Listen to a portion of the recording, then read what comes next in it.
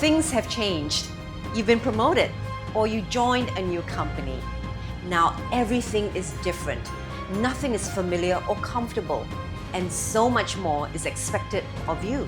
Or maybe you're just tired of this current situation, the one where you walk into a room and nobody notices. Conversations continue. Even when you speak, they talk over you.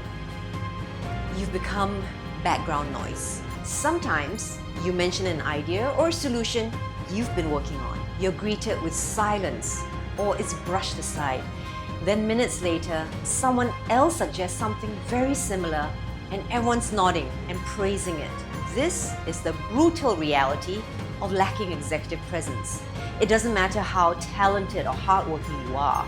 Without presence, you can become invisible, overlooked, forgotten, and the real cost is that without presence, you lose respect, you lose command, and you lose opportunities for promotions and influence. Let's fix that. In this first part of the Presence series, I'll share the first two pillars of executive presence and a few strategies to help you increase your presence. Let's start with visual presence because we all judge with our eyes. The first pillar, visual presence. Thin slicing means we size up people in the first few seconds and form an impression. It's just an instinctive way of protecting ourselves. Visual presence is about broadcasting your confidence, credibility, and memorability the moment you enter a space. So how do you create that kind of impact? First, own your entrance. I call this entrance presence.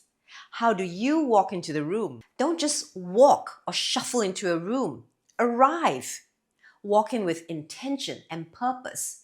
Many people often walk in distracted by the last meeting or self-consciously, like they're not sure if they belong there.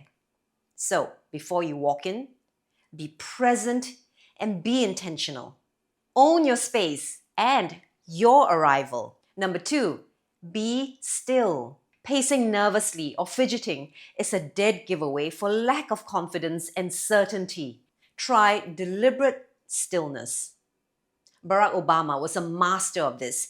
He would hold his posture just before or after delivering keywords, and that gives his visual presence more impact. Democracy isn't just a bunch of abstract principles and dusty laws in some book somewhere.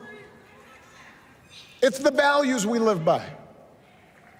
It's the way we treat each other, including those who don't look like us, or pray like us, or see the world exactly like we do.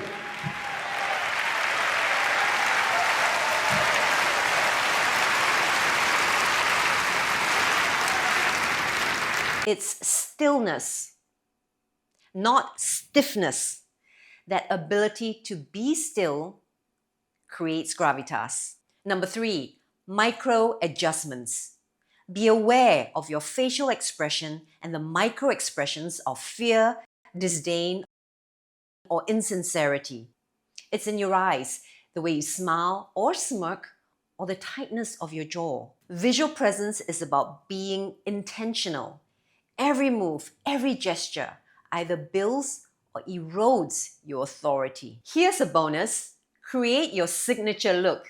We're talking about rock star level. Steve Jobs had his black turtleneck. Anna Wintour has her bob and sunglasses. Jensen Huang has his black leather jacket. A consistent visual marker makes you instantly recognizable and memorable.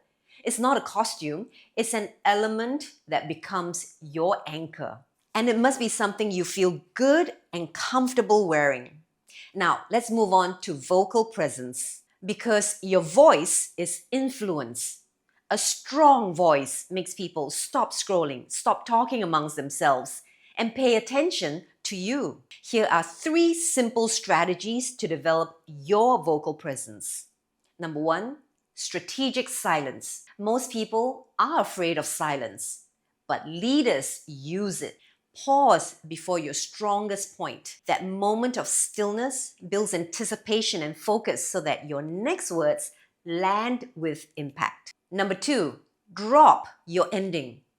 Many people unconsciously end their sentences on an upward note, like a question that erodes their authority. Leaders end on a downward inflection. It's definitive, commanding, certain. Keep practicing this and you'll sound more confident. Number 3, deepen your resonance. Most people don't like hearing their own voices. They think it sounds thin, weak, or high-pitched. Often it's because they're speaking from their throat, and that makes it sound high-pitched, nasal, and thin. Then that becomes a habit. When you learn to project from your chest, that's a resonant voice, and that's the voice the microphone loves. Actors like Morgan Freeman learned to master this, which is why their voice captivates so many people now. I think you may have the best voice of any actor on the planet right now. You have a terrific, mellifluous voice. Of course, it's been featured in Shawshank Redemption, March of the Penguins. You know, and I was just thinking about it today. This is something that did you always have that voice? Was it a natural gift? No, it's not a natural gift at all. I don't think any voice is a natural gift. Someone helps you get it. Really? Yeah. That never occurred. I mean, honestly, never occurred to me that that's something that you worked on. What was your voice like before you started? It was high. I had a very thick Southern accent. I was raised in Mississippi, and thank you very much. We need that. Yeah.